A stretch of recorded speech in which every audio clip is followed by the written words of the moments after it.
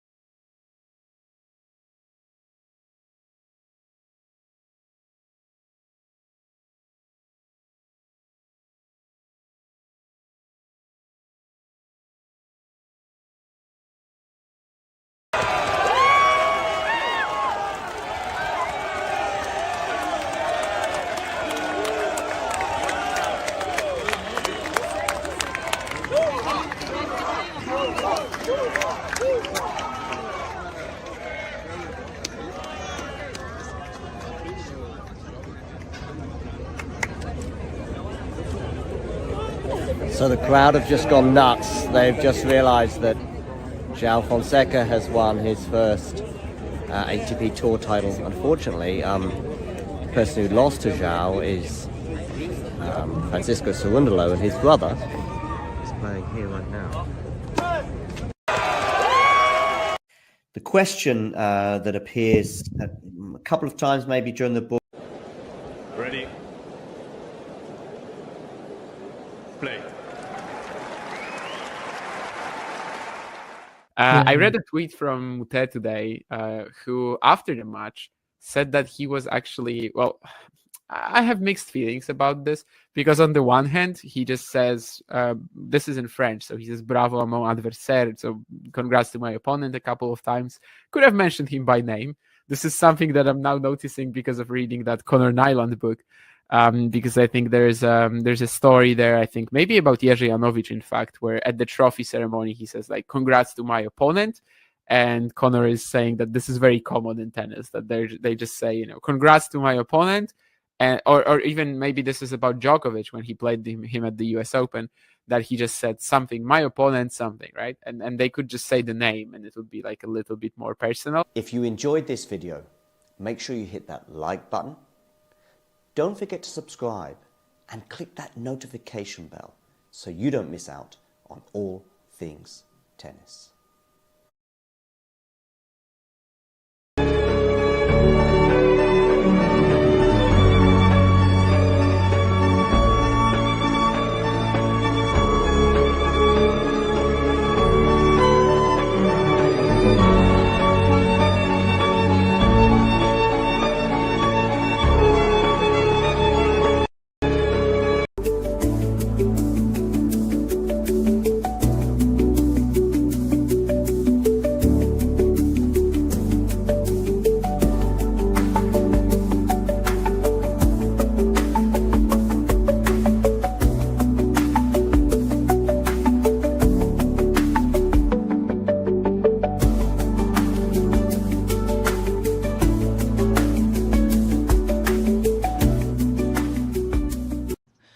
My name is Clara Towson, and I'm a friend of the show. Boom. I am Francisca George, and I'm a friend of the show. Perfect. Hi, my name is Susan Leemans, and I'm a friend of the show. Boom. Yeah. My name is Zainab Sammaz, and I'm a friend of the show. Boom. Hey guys, my name is Sasha Vickery, and I'm a friend of the show. Boom. Hi, my name is Lloyd Harris, and I'm a friend of the show. Perfect. Hi, my name is Jaime Faria, and I'm a friend of the show. Boom. Yes. Take one. Well done. Hi, my name is Jasmine Paolini, and I'm a friend of the show. Wow, Jasmine, you got it in one time. Ready. Play.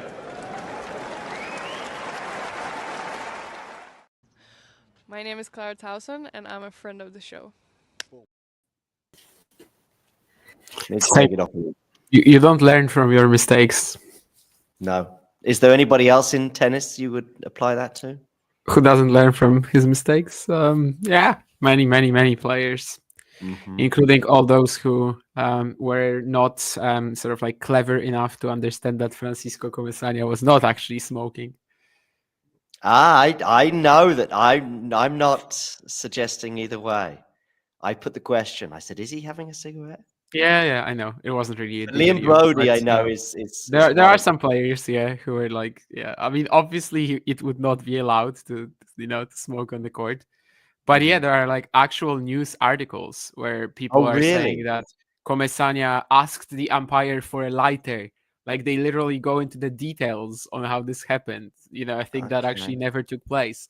And Can you you can name see, him? first of all, I didn't know what he was doing precisely, but you can see that he has something in his hand, like which clearly is like for medical purposes. Whether he was like, I don't know if it was some cream or whatever, but yeah, I mean, it's just also idiotic. Which publications have gone with it being a cigarette? I don't remember, but I saw, I read an actual article saying that he asked the umpire for a lighter. And it was so unusual. And the umpire said that he doesn't have it, but was a little bit like taken aback.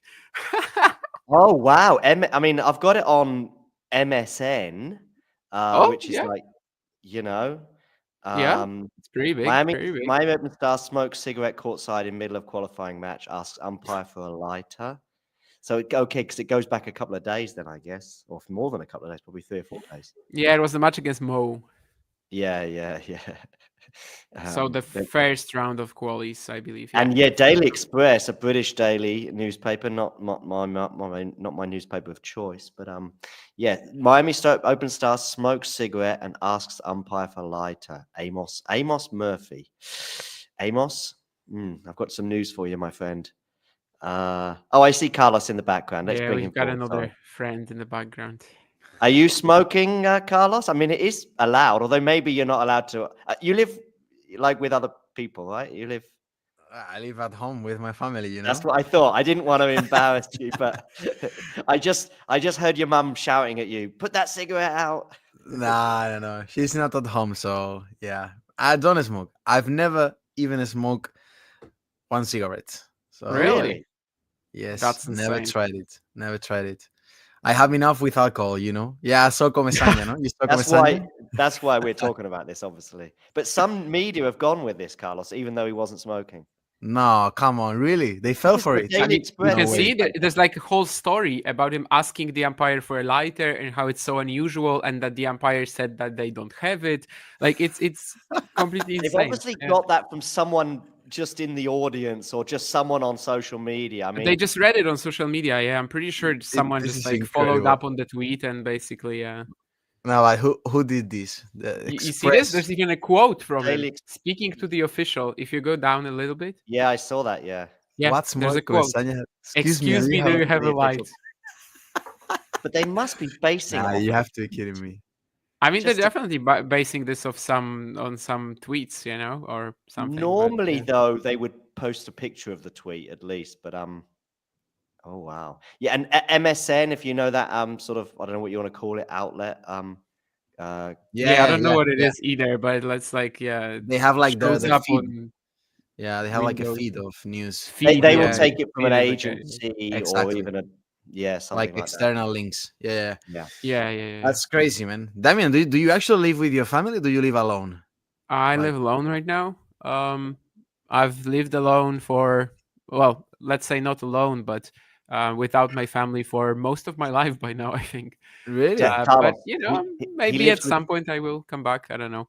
He I lives lived for 6 years in school. I was living in like a dormitory, and then Okay, so you moved abroad for university and stuff, right? not abroad, but Huh? but yeah, I left home basically when I was like 12, and at first I was coming back for weekends, but then of course since I'm at the university, then just like I don't know, once every month. Every Carlos, month. he lives with That's he amazing, lives with man. two. He lives with two things. One, tennis, Oh yeah, of And- course. and two, the painful memory of the 2019 men's Wimbledon singles final. I thought you were going to say the painful memory of yesterday, since we are here to talk about, you know. Is a it a certain painful tennis memory? match. I don't think you're having sleepless nights over Goffin beating Alcaraz. I don't think. The photos I saw of Carlos yesterday were kind of like, you know, Quite he sad, seemed a yeah. bit distraught. He seemed a bit I- distraught, at least. Yes. I fell asleep and woke up on my sofa at 4:30, and I think it was probably just minutes after the final point because you were still live, Carlos. Hence me taking screenshots and stuff. Nah, it was And- crazy. We had more people after the match, like Yeah. you know, like post match, than actually during the match, because everyone, you know, just pops in. You know, Yeah. people love to you know to talk some bullshit and stuff. You know, every time Carlos loses, the chat is absolutely full of haters. So Oh, really? It It's is what also it a is. match that nobody cared about up until Yeah. it started getting close. I was Exactly. honestly just asleep for it, and then I woke up and I saw that it was like the third set was starting. So I'm Nah, okay. I have to watch this now. Okay. If you look at our pre-match analysis, like we always give percentages and stuff, and it was like 85 90% for Alcaraz, you know. Now you look at it in hindsight, then it's That's low, to be great. honest. That is low. Yeah, I think yeah, most I mean, people would go higher. than I this. don't know. It's not even that high, you know. Goffin, he I mean, wasn't you even having started a singing, good season at Carlos. all. You Huh? started singing. Yeah, we always. I do noticed the what- views went down a bit though when you started singing. probably, yeah. I shouldn't do that anymore, but no, but You know, at one point at the end of the third set, I started singing also like calling Goffin like Pecho Fan, which comes from Pecho Frío, you know. Pecho Frío, I know Pecho Pecho Frío. Frío. So Pecho Fan, you know, trying to kind of, you know, Make bring fun of Goffin into his choking mode, as so to say. Yeah. And Because he's it sort of was, lacking. and he had that zero like love 30 game. He had that love 30 game, Alcaraz. Yeah, I First saw set. Damien tweet about that. And he blew it away with an enforced zero, like I think it was a one 200 backhand down the line enforced error just of his return, and then another enforced error. I think it was a forehand enforced errors, cross court forehand enforced error. He blew it away completely. What can you do, man? It shows that it was not the day, but we're here to talk about that. So Alcaraz pulls no punches after Miami Open exit. It was a poor level, he said. I'm guessing that was in the mix zone last night or whatever yes, that was. he did mix on. He did mix. Yeah, I know. on. I'm in the WhatsApp group as well. I'm guessing either you or I'm guessing either you or No, we didn't got a credential for it this year. They deny it. Oh, okay. But I'm guessing you in the WhatsApp group because I was watching you live, as I say, and I saw as soon as I got the WhatsApp. Yeah, you guys said, "Oh, he's coming to the mix zone. He's coming to the mix zone." Yep. But no credential because we sent one guy like last 2 years, but this guy is kind of a little bit crazy. So yeah, he ended up being a bit too tiring, you know, kind of Latino guy, you know. We got you know, like a the lame sort of version of the credential, like I had in Rio for a few days, where you get like so Brenner is a guy who's gone, who's in Miami. Yeah, he's got like what do you call it? Like a grounds pass for the first week. But it's just a free ticket because you don't get anything really. I mean, I think it's on the email it said you can take a camera in, but I think anyone can take a camera in. So yeah, it's like if you are just a fan and you go in and you can record whatever you want. Yes. Yeah, right. Maybe even more. Okay. Obviously there is tennis going on right now, and I can see Gene talking about that. Wow, Coleman Wong has set points in the tiebreak. Nice. Keep us posted on that, Gene, because we are here to talk about Alcaraz and kind of where it went wrong. I mean, did anything go right, Carlos? Well, you could say that the first set comeback, you know, it was good stuff from Alcaraz. Kind of, it felt like he had a wake up call, you know, once Goffin got that break in the first set. But you know, it was kind of weird to see Alcaraz just decreasing in every single area, like his level, not only his level, but his confidence. I think the key word here is confidence. He wasn't playing with the same confidence with the same, I don't know, shining light that is usually around Alcaraz. You know, it felt like he didn't want to be there at some point during the second and especially the beginning of the third set. It felt like he didn't belong there, that he just wanted to bail out of the match quickly. And that is so strange, so unusual for Carlos. Yes. I mean, have you got any sort of comments, Damien, on sort of what went wrong for Carlos yesterday? Yeah, I mean, tough to say. First set was, you know, he won it. We were expecting a pretty comfortable win, obviously, but it wasn't that easy, but still. And then in this, it's sets 2 and 3, like not to have a break point there again, not to actually force Goffin to serve it out, to blow that love 30, which was just insane. The way he did it, of course, not the sheer fact that he lost the game from very low up, and you know how close it was. Kind of similarly to the Draper match in the third set. You know, the match is still alive, and there's just a part where he's so unclinical that it's impossible to win from there. In the Draper one, it was the 2-4. 2-4 game when he was serving, and then he goes down double break despite having all these game points. Here it was definitely that 3-4, and then also the fact that he doesn't even get get Goffin to serve for it. Yeah, I mean, he's a mess right now, mentally, game wise, especially mentally, maybe. And I am way less like, you know, people are freaking out about the ranking or something like that. Like I've said it many times. I don't think for players like this, ranking is really, you know, a big deal as long as you're in the biggest events, and obviously as long as you're getting like the best possible seedings, which for the most part 1 to 4 is pretty much the same, 1 to 2 especially. But I mean, it just puts more pressure on. Of course, Roland Garros is coming, Wimbledon is coming, 2 slams that he won last year. And, you want to reach it with high confidence. There's still a lot of time. I think it's pretty fascinating that now, for the first time in his career, really, he will be entering like Monte Carlo with hopes of rebuilding. In fact, he will be entering Monte Carlo only for the second time in his career, which is also super funny. The way that it kind of like worked out over the last few years, that he only played there once and never won a match. But yeah, I mean, presently it's clear that he is in a pretty horrible spot, just so unclinical anytime it gets tough. Last week, of course, I was talking about it with Vanch on the Iga and Carlos stage. And basically, I think we had a lot of parallels to draw from the losses of Shelton and Alcaraz and what's happening to them at this point in time. I was still not expecting that, though. Like, the Carlos draw to the semis was just so easy. That was by far the most like obvious part of the draw.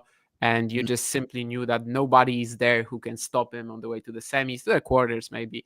But I mean, David Goffin came in, obviously a fantastic player, so much quality over the years, so many big wins. But sorry, presently David Goffin is a player who was, kind of there to pick up the pieces, somewhat like Botic van de Zandschulp at the US Open. Yeah, I mean, this is probably the reason why it's getting as much traction, is because it does come on the back of an early loss in New York to Botic, and also maybe the names of the players as well. Botic, van der Zandschulp, Jack Draper, Cincinnati.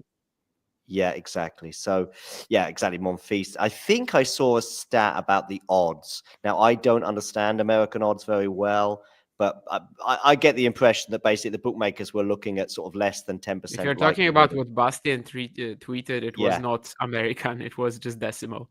So yeah, I don't understand those. So I know in the UK we'll do like 10 to 1. Yeah, 5 fractions to 1. are. It's the most idiotic system, but it's not the first time and it's not the last time when Great Britain has something that is unexplainable to anyone else.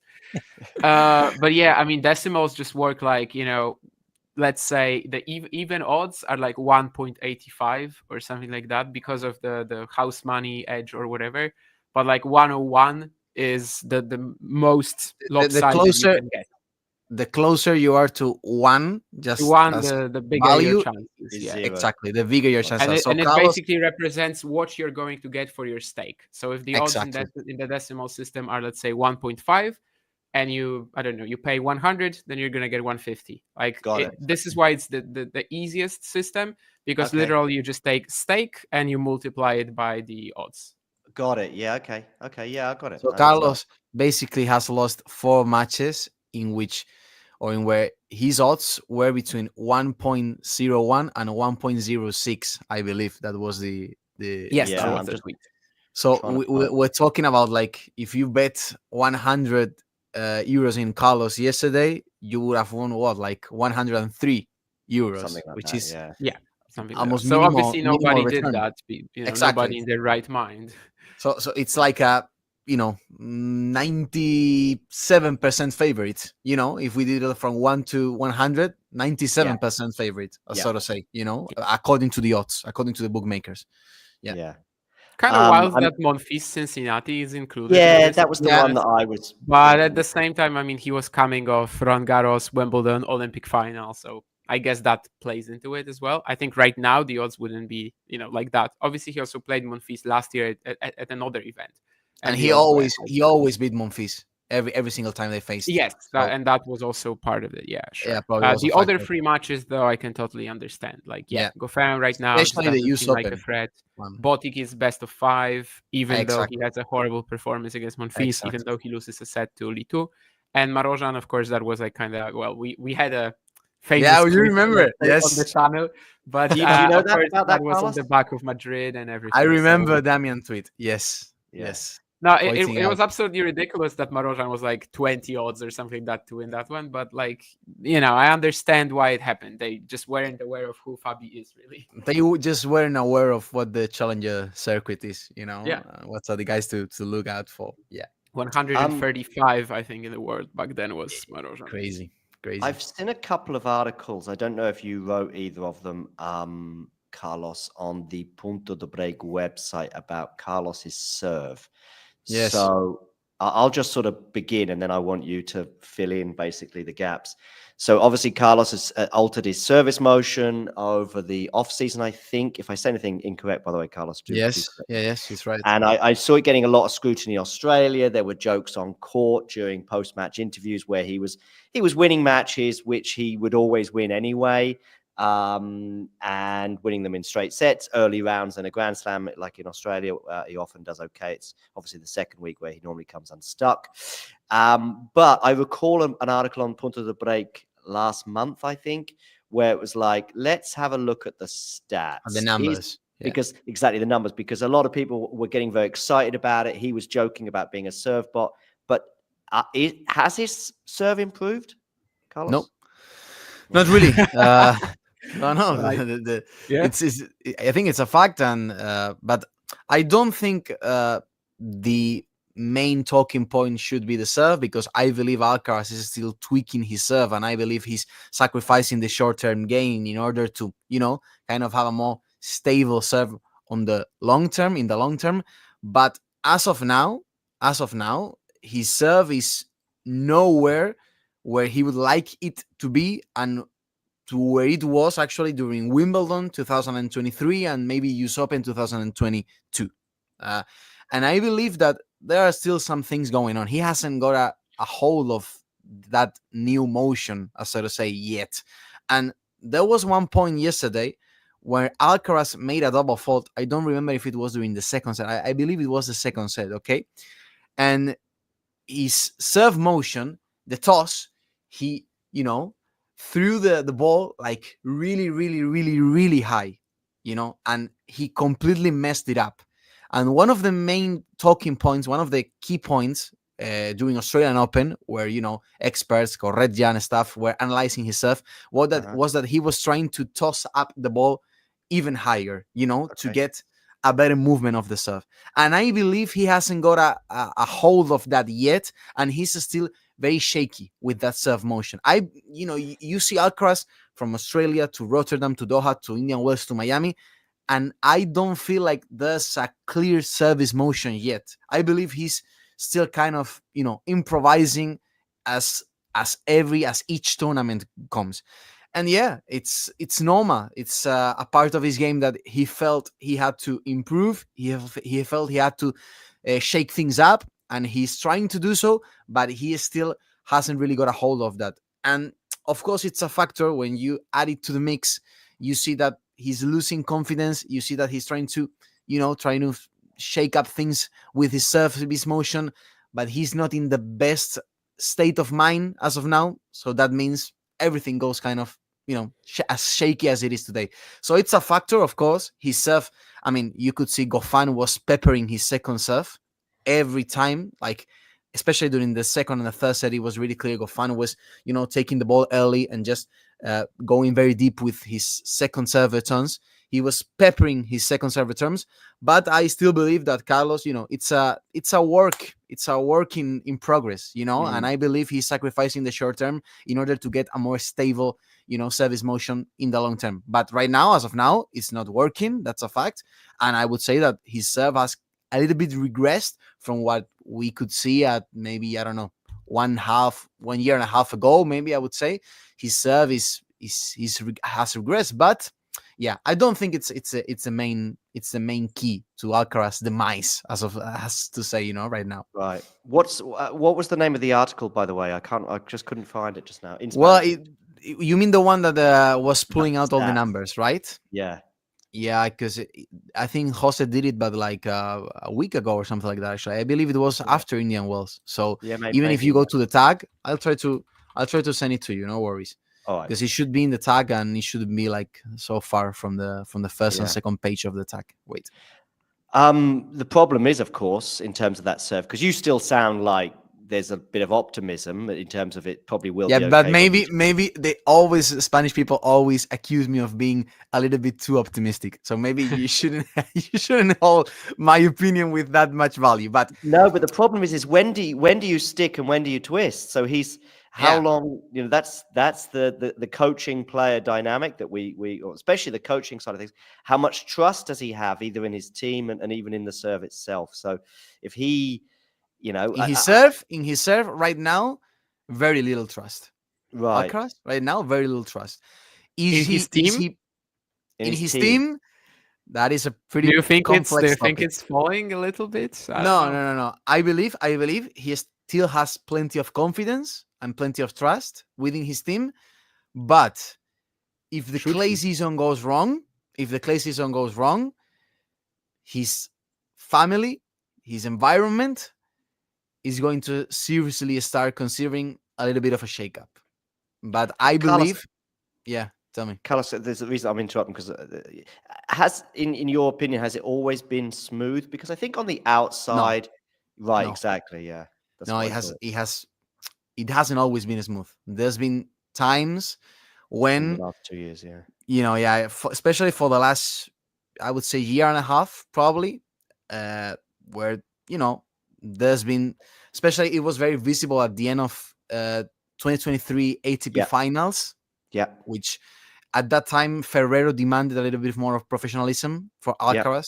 Those very famous statements in which he said, the season is 12 months long. You can have a 7 months long season in terms of, how much work does Alcaraz put in, at the end of the season.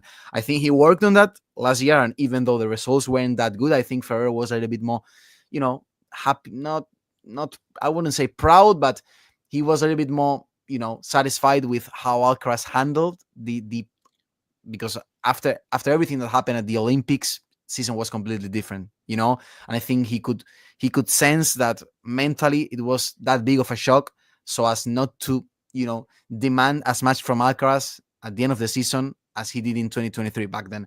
But now we have been like, how much time has passed since the Olympics final? Like 6-7 months. He has had plenty of time to recover from that mental shock, of that mental, the fortitude of what happened in Paris. It was that big that Alcaraz, couldn't take it out of his mind for the next 2-3 months. But now we are in a completely different season.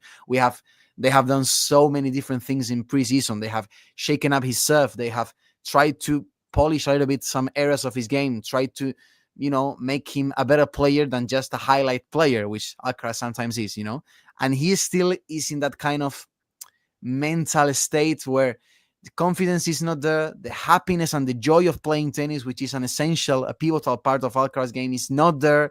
So, of course, you have more questions. Of course, you kind of lower your expectations as to how Alcaraz is going to rank up, in the legends list, so to say.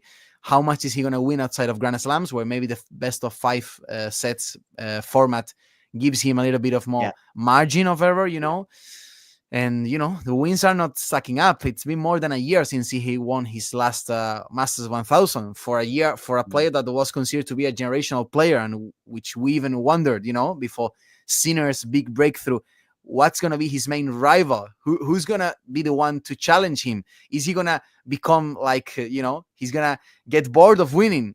And he hasn't won a Masters 1000 for over 1 year. So it's fair to say that he's in the biggest slump since he arrived to the upper echelon of the tour.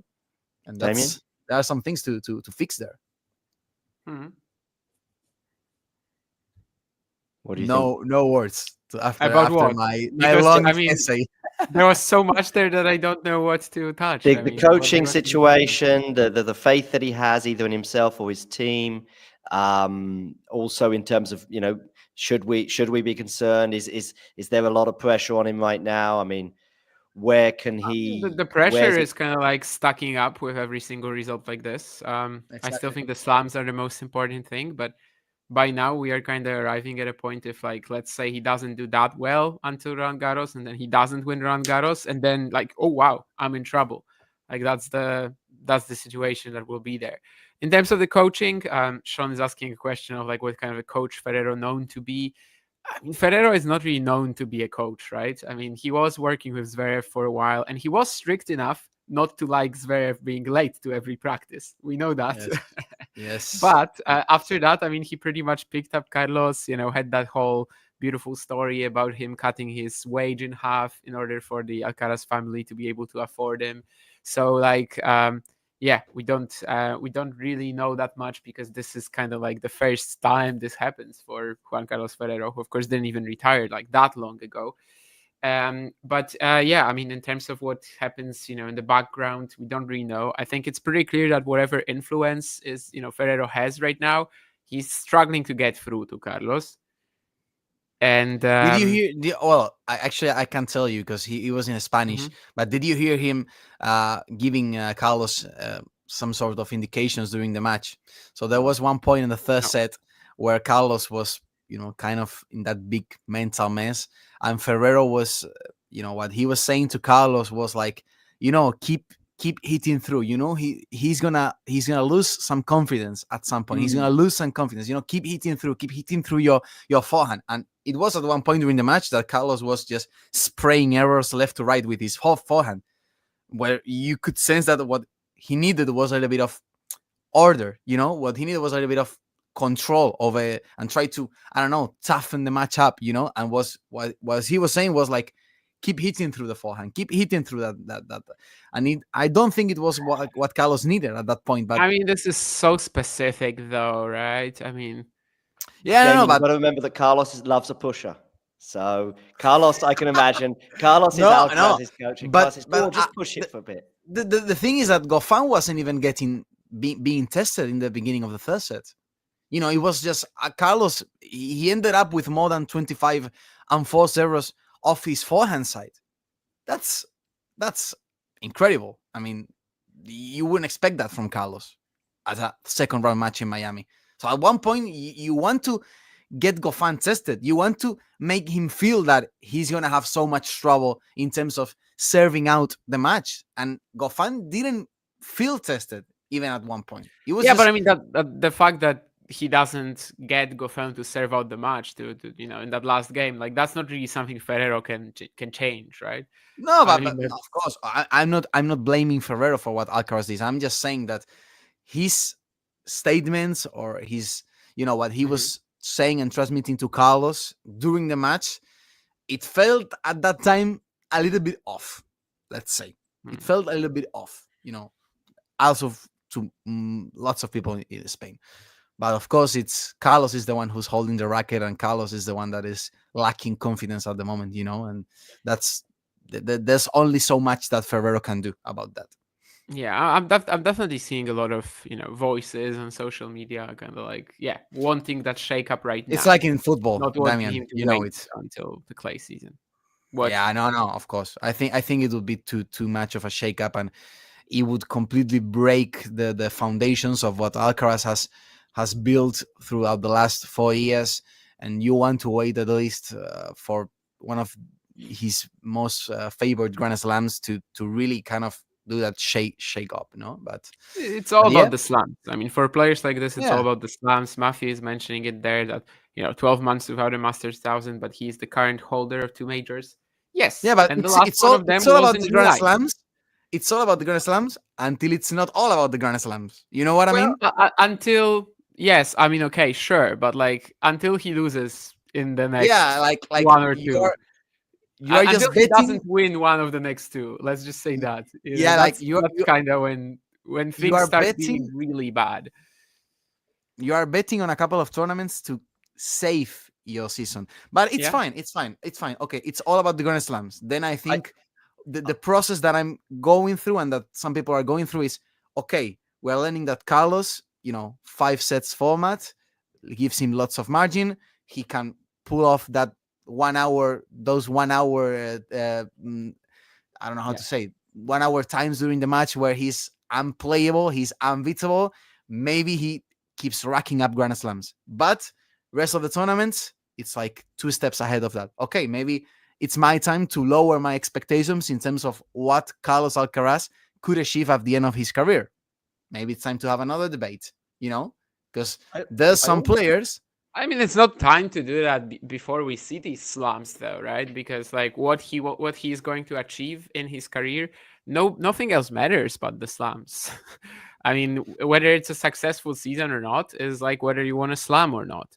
Let's say Carlos Alcaraz finishes the year number 1 and wins 5 ATP thousands, but he doesn't win a slam. It's not a good year. It's a disaster.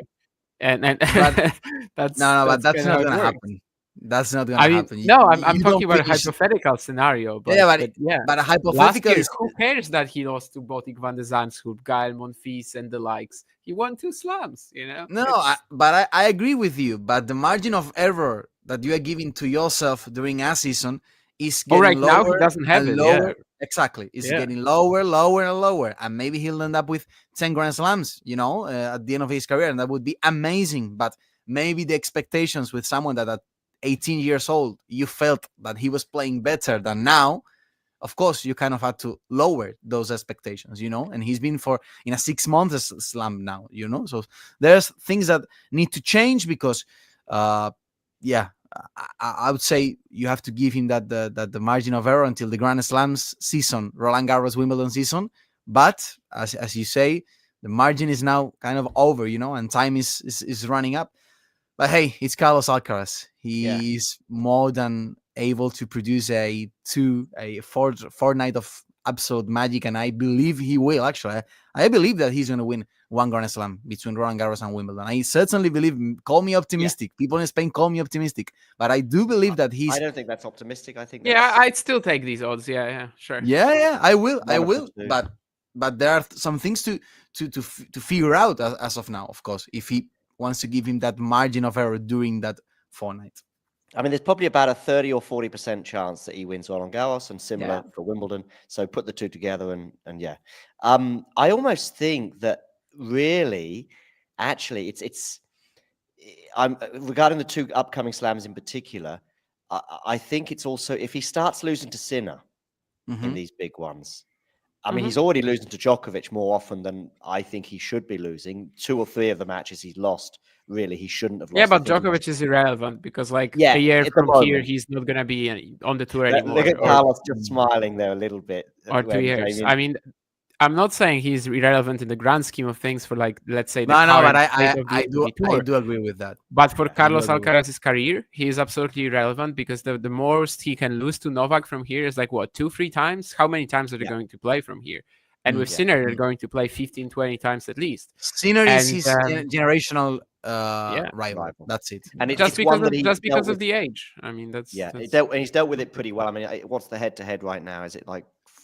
7-4. No, John. You know what? Carlos is at his most zen version and most, kind of with the best patterns whenever he plays Sinner. It's crazy. It's like he's, I don't know what kind of, he kind of switched on during those matches. And he, Roland Garros last year, it was amazing. What's that? I know. That Vienna match. How on earth are they not including that? Yes, I know. Lost battle, but it's crazy, John Carlos. He won his the 3 matches that they played last year. He won, and in Roland Garros, it was a tactical, clinical display. Started going really high off his backhand, and Sinner was having so much trouble trying to, get in and play those high balls to his backhand. He used and took advantage of the clay in Roland Garros. There were some tactical masterpieces from Alcaraz, which is kind of weird, but hey, he is a big time player, big matches player, Carlos. And honestly, I felt that his best matches, they came against Sinner last year. If so he plays, I'm eager to see them, to see them clash this year. He's unlikely to be ranked 2 in anytime soon, so he's going to be potentially meeting Jannik in semi-finals as well. But yeah, I think that's the thing. If he then adds, say, 2 losses to Jannik in those 2 upcoming slams, then I think we'll be thinking, okay, so he's losing early, and he shouldn't be losing early to David Goffin or Botic van der Zandschulp and Gael Monfils, and he's also now struggling with Jannik. Whereas if he keeps beating Jannik on a sort of 2 out of 3 basis, and especially if he's doing it at Grand Slams, I know he lost to him at Wimbledon once, but that was 4th round, and that was 2022. So maybe it didn't matter quite so much, if you know what I mean. But if he starts throwing in some losses to Jannik, then there will be sort of let's get back to the drawing board, I think. Yeah, I mean, it depends on the events too, of course. But yeah, last year, I mean, Indian Wells, we just talked about this being his only ATP 1000 in the past 12 months. Without that, we would be going back to Madrid in 2023. And Yeah. also, Good. obviously, Roland Garros. That was one of the 2 slams last year. Without Roland Garros, maybe Wimbledon never happens. So yeah, like the fact that he was 3-0 against Sinner last year, of course, it was not enough for people to actually like realistically start the conversation of who was better last year. It was still Yannick, but it really just kept him alive in the discussion in any shape or form. So yeah, if these wins don't happen last year, he would be in bigger trouble for sure. Regarding Sinner's health during Wimbledon and the French Open last year, I still think it's difficult to deny the worth that Carlos had from those 2 titles. Really. I think they were Absolutely. both. I mean, Wimbledon was just comfortable for him, with the Brilliant. exception of Tiafoe, really. And Brilliant. that's the other thing. When you mentioned the 5-set format, I was thinking as well. I think about it a lot when he loses some of these matches at Masters. I think he probably wins that match yesterday. He falls asleep during a set sometimes, and he's out of these tournaments. I don't know But if that's the case, actually. I mean, this, we've got the in many Botic. ways, this Botic looks like reminder. Botic on Botic Danskop, is one example. No, Like, it's that like a was one- warning. It's like a warning. No, but like you were watching that, and you actually knew that when he was 2 sets to love down, because he was so passionless. Like there was no shot for him to win 18 games from there. It's just impossible. It's too long. There's no drive. There's no intensity. Sure. So like, But how if he are you gets going to to a win 5th 18 set, games? Last match, you could feel the same. Passionless. That's why. against That's why Goffin. I'm mentioning it. That's yeah. why we I are don't, more I don't worried. think he necessarily would have won yesterday if it was best of 5. Exactly. but And if he wins that supposed 4th set, then yeah. No, but that's I mean, why. yeah, but first he has to do that. Yeah. That's why I feel that this is the biggest slump since he arrived to at the top of the. we of were the having game. similar conversations. Was it a year No, ago? but I don't. Just before Indian Wells. I We remember, were. but I don't think it were that similar, and I don't think the moment was that similar, honestly, in my opinion, because now we're just coming off a bad Grand Slam loss, another one, yeah, you lose against Djokovic, but which kind of Djokovic did you lose to? That's another big question mark. And then it's not only the South American swing last year or the indoor European swing this year. It's also you're adding to the mix those 2 tournaments in which he usually excelled. And now it's just because Alcaraz, you had that feel. He's always said, "Oh, in Indian Wells, off court, I feel the best because we have the golfing. I can golf. I can relax. All the smiles with my family. In Miami, same. He brings his whole crew, his whole family with him. The box is made of 15 people. Absolutely crazy. I'm feeling so good off court, and when I'm feeling great off court, it translates to my game, and it hasn't translated to his game yet this season. So that's why I'm a little bit more worried, because I feel that all that mental baggage that he is carrying from 2024, from the Olympics final and so on, he still hasn't get rid of that yet. And until he does, we're going to see a more inconsistent, more irregular, more up and down Carlos Alcaraz. Is that enough to win Roland Garros or Wimbledon? That's a big question mark. If it's enough, then I believe that he will be able to get rid of it as soon as he wins one big tournament. But it leaves us with more question marks than certainties regarding and leading up to those big tournaments. Thanks, Carlos. I think we've done. I think we've ticked Alcaraz off, and Perfect. you can get back to your. And I also want to point out something. All the greats have had this kind of slumps at one point. Even Govind Nando? Govind Nanda, he's a steady player, but let's say a steady future challenger player. Well done. You got your. You are gonna buy yourself a beer today. I'm not gonna buy myself a beer, we could have said that it's not like Alcaraz is losing to the Govind Nandans of the world at one point. But yeah, honestly, I just didn't care. I was too serious. So I when John offered me $5 for using schmuck in a stream recently, I went all out. I don't think Vansh said it at any point, but I went for like 4 or 5 schmuck jokes. Most of them landed, but here I'm just not really like into it because it's beer. So I should have said drink then, but anyway, you should have said like I don't know, one vodka, and maybe the stakes are a little bit higher. Who guess? Yeah, probably could have tried something. Okay, guys, it was my pleasure as always. Take care, my friends. Cheers, Carlos. Cheers. Cheers. How long have you got, Damien? I don't know. What do you want? So let's have a quick look at the scores and also tell me, can you do Fonseca later? I mean, I guess. I think Fergus might be able to join. He did say he was up for a match today. I don't know. Just All right, we'll talk about it later. Chris Clary said that Carlos is hungover from the Olympics. Don't know. I wouldn't specifically say the Olympics. he was for a while last year, but then Davis Cup, Laver Cup, Beijing. Maybe though he kind of got back to it after the Novak loss, which we've said Maybe it that many brought times. some memories. Yeah. Carlos also mentioned some tactical master classes of Alcaraz against Sinner, and Djokovic is like the exact, the polar opposite of that, the Djokovic matchup. So maybe that kind of like awoke something. Shelton has leveled things up against Wong. That's a surprise that he lost the first set, I think. And Walton is serving for the match against Darderi, although he's lucky. Lucky boy. Who? Walton. Shelton? Oh, Walton. Oh, yeah, right. Yeah. Very lucky. Hubert Hurkacz withdrawal, yeah. And he gets Darderi on hard courts, so... Oh, I saw Hubie had withdrawn from the doubles, but he also withdrew from the singles in the end, did he? Okay. I mean, that's why Walton is in the draw, yeah. Yeah. And I saw some Aussie journalists very happy about his progress, but he's love 30 down on his serve as he's trying to serve it out, so it might end up going to a third. We will see. Cornerland. There was something. Oh yeah, right. So what I would like to do then is have maybe a look at a couple of matches tomorrow. Let's see what is the most exciting. What is there a match that that's happening tomorrow that's super exciting for you? No, I don't care about Miami, so you're gonna have to feel me. I mean, you're gonna have to find it.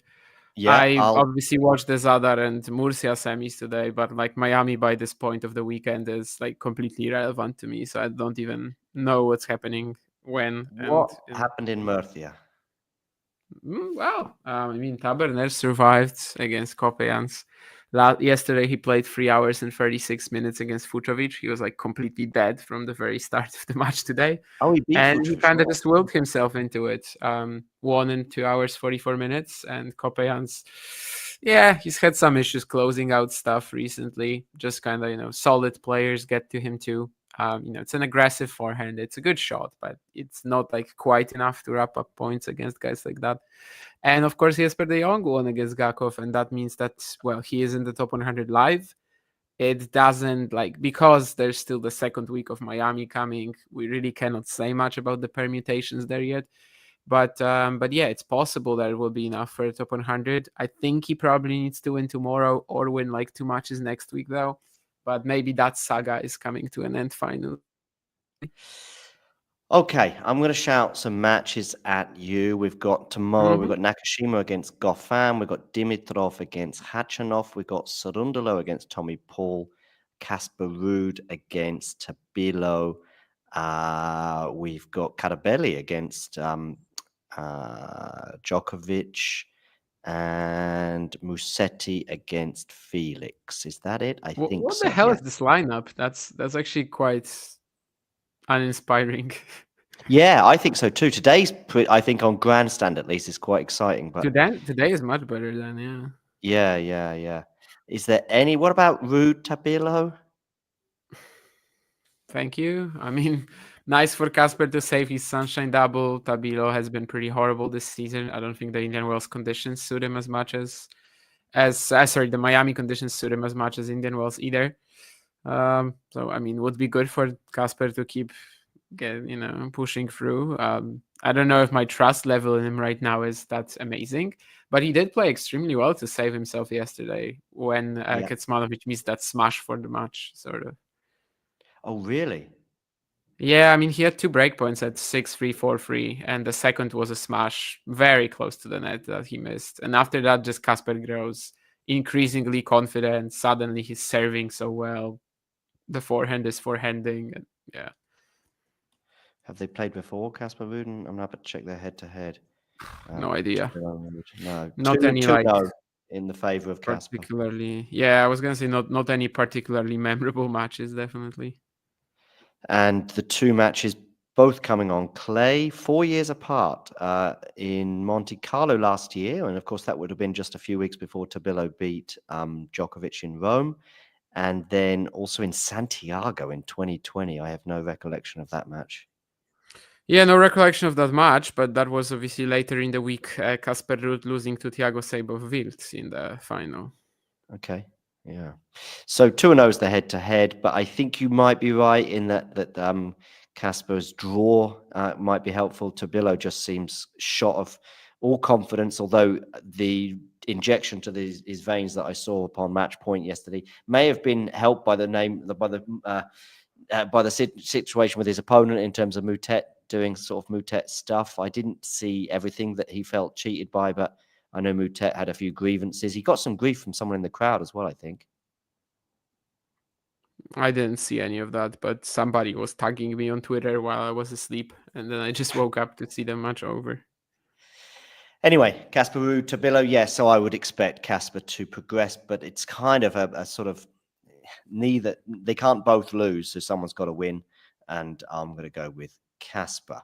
Okay, any other match on the men's side that I mentioned to you that you've got any thoughts on? Maybe Djokovic, perhaps? I mean, that's the easiest draw of the century for Novak Hijikata to then go to Ugo Carabelli. Yeah. That's it, really. Camilo didn't even have a hardcourt win before this event on the ATP Tour. I mean, he barely played, but, you know, on clay, he's a great grinder. On hardcourts, he's a grinder out of his element. And like, that's really it. Yeah, I think it's difficult to imagine anything other than a comfortable win for Djokovic. Yeah, Hijikata. Funny enough, in the Djokovic actually in that second set against Hijikata, which is the only set I saw lots of people purring about his performance in the first set. But actually, what I saw in the second set from Djokovic, I thought was a bit actually concerning. Funny enough, I think that people are just very happy that he's obviously won a match, having lost a few in a row. And obviously people watch scoreboards, not tennis. Like, that's a very typical thing. And yeah. But I saw him in the second set, and I was watching rally dynamics. That if I just think about 2023 ATP finals and just watching Casper Ruud, you know, trying to out rally Novak Djokovic cross court, and just thinking, please don't do this. And yet yesterday, Djokovic would maybe change direction, but would spray one into this is the second set I'm talking about, especially towards the end of that second set, would put one into the tram lines. And I was thinking, that is just so not Novak. Now it's his first match in Miami, blah, blah, blah. I guess that can happen. But I didn't have that same level of, I would normally be shouting at Hijikata, going, don't do this. But actually, it was sort of okay. Okay, it fell apart in the tiebreak, but I thought it was quite weird to see Hijikata basically live with Novak for a set. Yeah, Rinky is quick. That's kind of his main ability. And if the opponent is not exactly on top of his game, yeah, I think he can definitely capitalize. How did beat Mickelson? I didn't watch it. I mean, you know, I can guess that it's more on Mickelson. I mean, he's not exactly like the most solid player in the world, and when he gets someone who can just like grind him down a little, I think they played on green clay some time ago. I just don't remember who won, but it was like very early in the Mickelson career, and I remember some people were saying that like, no, he cannot beat Ugo Carabelli on clay, but it was green clay, so it was much closer. But I don't remember who won that match. Okay. All right, let's switch over to the women then, and we'll have a look at a couple of matches there. Where are we? Now I just have to get the right day. I'm guessing Sabalenka Rus is today. Masarova Collins, is that today? Zheng Townsend. No, that is today, yeah. No, that is all today, yeah. Yeah. So therefore tomorrow is Sakkari Goff, I think. Is that right? I think so. I know Goff Sakkari is also today. Oh, Goff Sakkari is also today. Yeah, and tomorrow it's going to be the bottom half. Yep, I've got it. Third round, yeah. I got it, yeah. So we've got, for example, it's a better lineup than on the men's, for sure. Raducanu Kessler, I've got. And I remember us talking about Kessler just about a week ago when I think she lost in the first round in her first match, or Arina Sabalenka's first match. Arina's first match, yeah. I'm siding with Matthew there. Yeah, I don't think Emma has much of a shot. Really? Yeah. I mean, Okay. Kessler has been incredible this year. She's I made the know. Austin You've final, reminded me of that reached the many second times. round in Indian Wells and lost to Sabalenka in a very competitive match. And this week she's also beaten Noskova and Vuskova. I mean, it's a real pattern, let's say. And I'm kind of like not sold on Raducanu doing big stuff here. No. Okay. I can see why you're big on Kessler, especially in terms of her results this year. Do I get carried away with Emma and really one match, maybe even 1 or 2 sets? Yeah, why not? Why not? Let's go with a Raducanu win. But I wouldn't go as far as to say she doesn't have a shot. Anyway, I wouldn't go that far. Yeah, I'm definitely exaggerating a little for like comical purposes in case she doesn't win. But like, yeah, I do feel pretty strongly that the edge is with McCartney. But there's a few really good matches here, actually. I mean, I'd love for Kalinskaya Pegula to be better than this. I just don't have any trust in the Russian. But Tauson Badosa and also Anisimova Andreeva. Okay. Yeah. Let's talk about Tauson Badosa. Just have they played before? Yes, they have, of course. Yeah, Badosa was injured in Merida and she didn't play Indian Wells. So like yesterday, there was a real degree of uncertainty whether she can beat Boko, who's basically the foreign player of the season so far, alongside like Keys and I don't know, maybe that really in terms of the pure win-loss rate at least.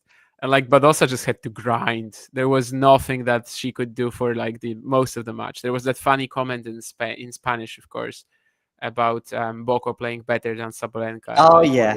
What can she do exactly about it right now? So yeah, I mean, Badosa just had to like go full into a grinder mode.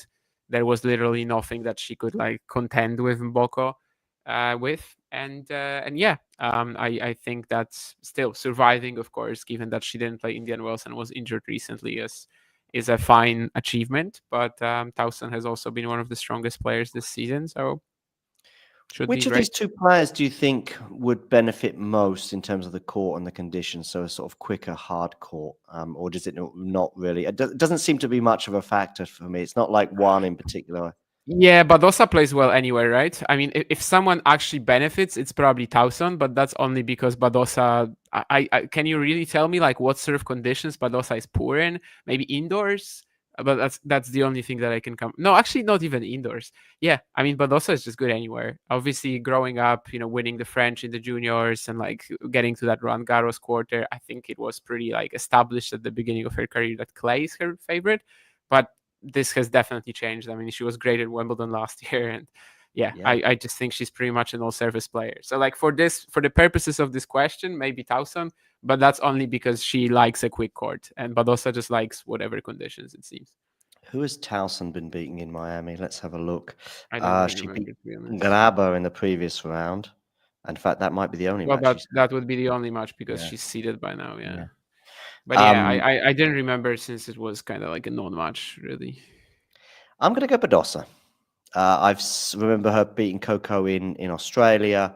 I think that Tauson obviously is still a bit hit and miss in every way, shape, and form. And yeah, I'm just leaning Badosa, but honestly, this is almost impossible to predict, I think. Yeah, I mean, this is in the range where like we'd be guessing what sort of Tauson, especially we get. Yeah. Seems pretty obvious that there will be another match where Badosa has to dedicate herself to the grind quite a lot. Yeah, but she can. Oh yeah, I mean, she just did that against Boko, who was pretty unbelievable for the most part. So. Yeah, indeed.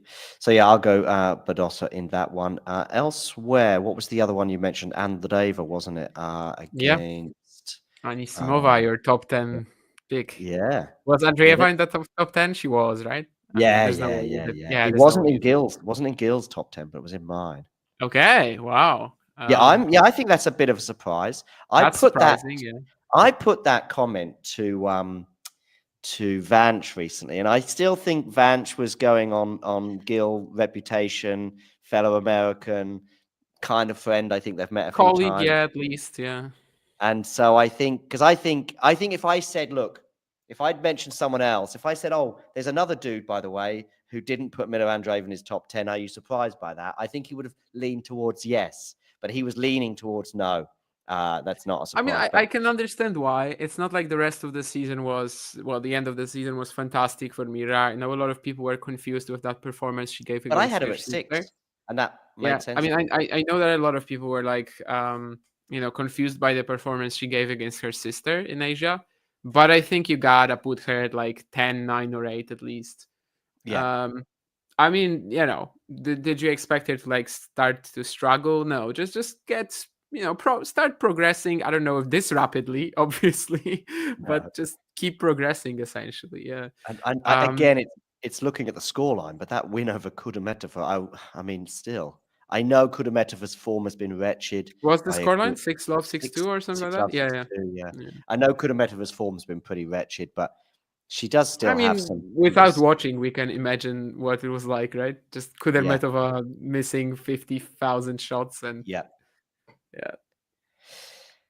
So I don't see anyone. Anisimova, though, I mean, she's also very much a sort of hit and miss player. In fact, she won the 1,000. I think she has. I wonder how many. I bet her win-loss record isn't very great since winning that 1,000. I bet she's probably lost like 2 and won 1 or something. Yeah, probably something like that. I mean, I'm not sure, honestly. I don't remember how she did it in Indian Wells. She certainly went out early in Indian Wells, and I'm pretty sure there was a back-to-back tournament in the Middle East, and she won the first one and then lost the second. Yeah, Dubai, she definitely lost round 1. So yeah, she's 1 and 2. She lost to Bencic in Indian Wells, though, so that's very acceptable. I know. Dubai, by the way, McCartney, Kessler. Anyway, no, in Indian Wells, she lost to Bencic in 3 sets. And she's defeated Sheriff 6-6-2, which, it's kind of shocking that Mayer won a match even on these courts, considering she is very much a clay bot with extreme forehand grip. But obviously this match is like more relying on Anisimova to deliver if we want to see a good match. But we definitely might. She's a player of unbelievable potential, obviously, and might be great. Might be a very easy defeat. Might be like almost Kudermetova-like, but that pretty much all depends on Anisimova. Like from Mira, we just expect such a high standard, and she will deliver it. I'm sure. Yeah, I'm sure. I think she'll win, but I think I can see a set where Mira is just going to suffer, perhaps, and she may have to suffer, but ultimately she will prevail. Is there one more match on the women's side that I would like to get your thoughts on? Let me see. Not Iga Mertens, no, right? There's nothing to talk about. Probably not. I mean, it's clear that even against Garcia, like she's not as comfortable here than as Indian Wells. As an Indian Wells, but I mean, it's Elise Mertens. Like, it's just not the type of play style she usually struggles against. So I'd say there's a lot of time still for her to figure things out. Ozan, we already touched on this, but I didn't see any of the Muteta Bilo drama. So I think that Mertens Świątek, there's not that much to talk about. I mean, Muchova Svitolina is one that people will definitely be like looking at as well. I don't know if I'm particularly excited by it at the moment, but I guess it's good. I mean, they both had Indian Wells runs. I'm not sure what the history of the matchup is like. I'm not going to have a look. Yeah, I think they played the Wimbledon quarters in 2019, didn't they? But like, I don't know of any other matches between them. Okay. Looking at their head-to-head, it's because that was the first quarterfinal for Muchova after she beat Pliskova like 13-11 in the third. So that's pretty memorable. But I don't know any other matches. Svitolina leads it 2-0. Oh, okay. I wish. But is the other match also late? I mean, also so. I'm going to find out. I'm just classic. I looked on another website, but I prefer the outlook of the WTA website in terms of sharing it on the screen. No, I understand, but the ATP is so much easier. Yeah, head-to-heads on the WTA are pretty tough to find. Sometimes they get like pretty buggy too. They do. Yeah, ATP is much better in this case for sure. I mean, I don't know their head-to-head or like how they match up really. They both had Indian Wells rounds, so I can imagine people being excited by that. Lots of history just for both. 2-0, as I said, in the favor of Svitolina, and those two matches coming both in 2019, actually. Oh, okay. So They haven't played each So other. there's for no 6 matchup. years. There's no matchup history. Clearly, I mean, No. we cannot really look at this. As I said, No. Wimbledon 19. That was like the first big run of Muchova. That was basically how she announced herself. Of course, Svitolina had a semi, lost to. So she's been in the Halep, quarters I at think. Wimbledon twice. Then I think Mukova, right? Yeah, 19 and 21, I think. Not sure about the second date, but probably right. Yeah, I think it was 21. I don't know with Mukova at the moment. It doesn't feel like since she got to that final during the Asian swing. I think when did she lose to Osaka? That was Australia? around. Yeah, it was Australia. Of course it was. Yeah. So I was thinking that was during the Asian swing. Yeah. And I thought she'd win that. And she went up a set, I think, in that match. And she'd already beaten her previously, of course, in New York. It was a great match. And the winner of that match, I think you and I were sort of both saying the winner of this is probably going to make a super deep run. And I think Mukova got to the quarters, did she? In the US or even the semis last year? Yeah, semis. In fact, because I had Naomi getting to the semis because I had her winning that particular match. Same. Yeah. But the way she lost that match to Osaka, I think, was a bit, I don't know if weird is the right word, maybe painful. And I haven't really felt great about Mukova since she lost the match to Coco Gauff in the final of the 1000. I know she's had some good runs since then, but I just felt like it was always going to come to an end. I think she lost to Towson maybe in a semi-final recently. Yeah, it's like she's having big runs recently, like deep runs. But then the players that she finally faces, like Świątek or Gauff, they just annihilate her. And it's fine. It's still good runs, but she just doesn't feel like a top 5 player right now. Which I guess last year, in that Asian swing, the US Open, she did feel like that, and we were just thinking that she was gonna contend for these big titles. And right now, it can't be the case when Coco beats her like whatever it was 6-1, 6-2 at the United Cup or something like that, and Iga beats her 6-1, 6-1 last week, right? I know it's Iga in Indian Wells, but still, the match lasted like an hour. Yeah. It was a one-sided affair for sure. And as a result, I'm going to go Svitolina, but not because of the 2 matches they had in 2019. I think Svitolina is still just playing great, solid tennis, with a bit of spark as well, certainly more spark than she had, say, 2 or 3 years ago in many respects. And I can see her prevailing. It's quite difficult to predict some of the WTA matches right now.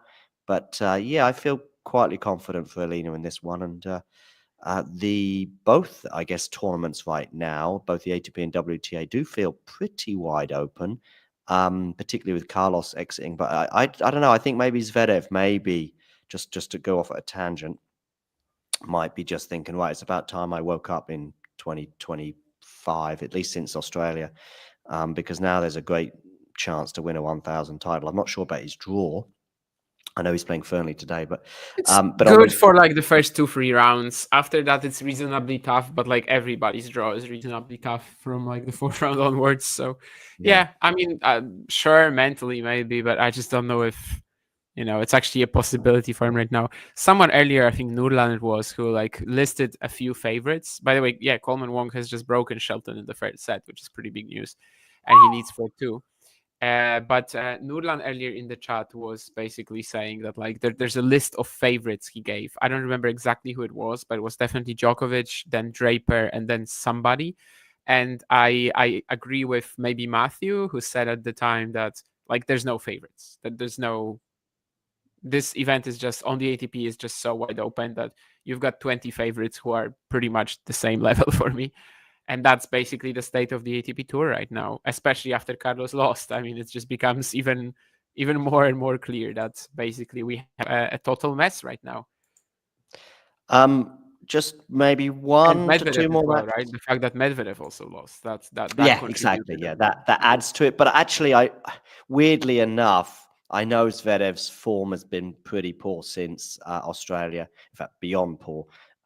But Medvedev is in a far longer malaise. And so therefore, if Medvedev had stayed in, I wouldn't necessarily be thinking that changed my... I know he's a big name player. No. This is based on this match. I mean, he made the semis the quarters in Dubai and was looking great until blowing 4 match points. Then he made the semis in Indian Wells and on a court he doesn't really like. I think there was a lot to be excited by going into Miami and like the performance that he had. it makes you think that there was nothing, but actually I think there was. But yeah, he just kind of like blew it completely, and yeah, it was obviously a mess mentally as well. Kalinskaya against Pegula. I'm going to have a quick look at their head-to-head. Of course, it'll take me about I 25 mean, last year Berlin 5 match points. Oh That's kind of the yeah, the famous final. one. I was sat next to Mario for that one. Yeah. Yeah. That was Kalinskaya, yeah, should have won that one. I think she might have also been a breakup in the third at some point, maybe even twice. From memory. But anyway, yeah, Pegula has a 2-0 head-to-head. Obviously, that one coming in Berlin in the final, and then the other one was a long time ago in Washington, 2019. So, yeah, but a bit like you, I don't think I necessarily. I'm not really super big on Pegula post US Open final, but I'm not really big on Kalinskaya either. I think her form has been pretty poor this year. I don't Yeah, remember. before this event, I think she only won matches in one tournament, and that was the Singapore semis. But it's a semi, but still. So yeah, I do think just because Pegula, yeah, she's probably losing 1 or 2 more matches than I would expect, and going out a little bit earlier in tournaments than I would expect, but she's still pretty solid, pretty reliable. So yeah, Matthew Walton is an uber pusher. I mean, yeah, he's got a good serve, but after that he's super consistent, and that's kind of it. Tristan Skulka demolished him in the qualifying, which kind of says a lot. But then he got that lucky loser spot, and getting a lucky loser spot to play Darderi, that's massive. But yeah, I mean, on the ATP tour, he's been very rough so far. I mean, at a certain point, you need some weapons. Madison Keys against Rafa Nadal graduate Iala. Now, I remember did she win Junior US Open 2022? Yeah, but she was already ranked like 300. She kind of basically just went back to the junior level and to grab that title. And she was way better than the rest of the field. Am I surprised that Coleman is pushing Ben Shelton on the surface? I don't know what the surface really implies here. I mean, I'm surprised that Shelton is losing this, but having just watched how he got broken at 2-3, I mean, he literally missed everything from 40-15. Okay, yeah, the 40-15, he went for a serve and volley and wasn't even close to catching the return from Coleman. But after that, he literally he beat everything. He missed everything, Shelton. Surface doesn't really matter in this case. I mean, Coleman is at his best on like a quicker hard court. So I wasn't harsh on Ala. I just said she's not a prospect anymore. She had not so much backing when she was young. Age, or because you just don't have the faith that she's going to get to the Both. top of the game? I mean, she was like 14, 15 when she was picked up by AMG. So much backing in terms of where she is as well in the world. The fact that there's a market there that tennis wanted to like really take advantage of. So many wild cards, and at some point, yeah, fine. She's like a less power Leila Fernandez, and what can you do with that, really? So I'm a little surprised about this run, actually. I mean, she beat Ostapenko, who has lost now 3 or 4 matches in a row as well, and of course is Ostapenko. Opening round, I don't even remember who she beat. It was someone pretty like low key though. I'm gonna have a look. She beat Volinet. Oh, Volinet. Yeah. Don't say that to Nurla. Low key. We'll see. I mean, obviously, if she beats Keys, it would be kind of like the biggest win of her career by a country mile. And also, Madison is another player who's like, well, not exactly hitting with the most margin. So maybe there's a universe where that happens, but it would rely it would have to be Madison being like, yeah, a complete mess like Ostapenko. I remember sort of being on an Ayala train to some extent. I mean, probably I sort of was too around that US Open campaign. Yeah. Probably. Yeah, I was probably duped by that then. But also, obviously the whole Nadal graduate thing. I saw her getting 1 or 2 good results and thought, okay, yeah, that's good. That's what she's supposed to be doing. However, I saw her practice, and I just this is a year ago in the flesh. I was watching her practice in Mallorca. And I just thought, oh, okay. She was having a bad day. She was showing some frustration. And I just thought that's a long way away from the player that I saw or believed I saw 2 years prior. and I've been affected by that ever since. That from that day onwards, I thought, okay, she's not going to be that top 10 player that I think many hoped she would be. Yeah, I mean, things have kind of just the way things have transpired over the years is that she was amazing for her age when she was 15, and she plays the same game now, and that's why she's stuck outside the top 100 still. I mean, I don't really take her. I don't want to take away her chances of becoming a a strong player and a part of the WTA circuit. It's very much there. I just don't see how she's going to be the big title contender that everybody was hoping she would be. And it makes sense that because like for people to be like familiar with her name because the hype was massive. The hype, I'm not saying it was Mira Andreeva type because Mira actually showed up in a big event and was getting amazing wins, or like that it was Joao Fonseca like. But basically there was a lot of hype that would make you not even necessarily watch her, but just hear her name and then hear of her because she got that big wild cards, because she, well, I mean, again, the junior title was like more, she dropped back to the level in order to grab it, but still, and the IMG backing and Rafa Nadal and everything. So there was a lot of like name recognition, but if you actually watch her play, yeah, it's been tough to be that excited. I loved her game when she was 16, 15. I just don't think it's progressed past that point. Shelton, by the way, now with 3 break points. I mean, not much he's had to do, but he's just keeping the ball inside the lines, and Wong has eventually missed. And now Shelton hits a return winner, which Wong was for some reason completely stunned by. He just literally didn't move in that direction whatsoever. It wasn't that fast. I don't know why. But anyway, yeah, it's a break back to love. Have you spoken to Coleman before? No, I haven't watched him play live. I don't think. He's very different off the court to on it. He's a very sort of quiet, timid, sort of almost nervous person in this respect. I've never interviewed him. I know Eddie has, yeah, I know that. Yeah, Eddie has a couple of times, I think. But I'm talking about. I have spoken to him, like in a canteen, and yeah, he was on the court. He's a bit more of an animal, a bit more of a beast, and that's probably the best way around to be. Nerland sort of suggesting for Ayala top 50 would still be great for her. Yeah, I think it would be. And would be great. As I said, I don't want to take away her chances of doing that.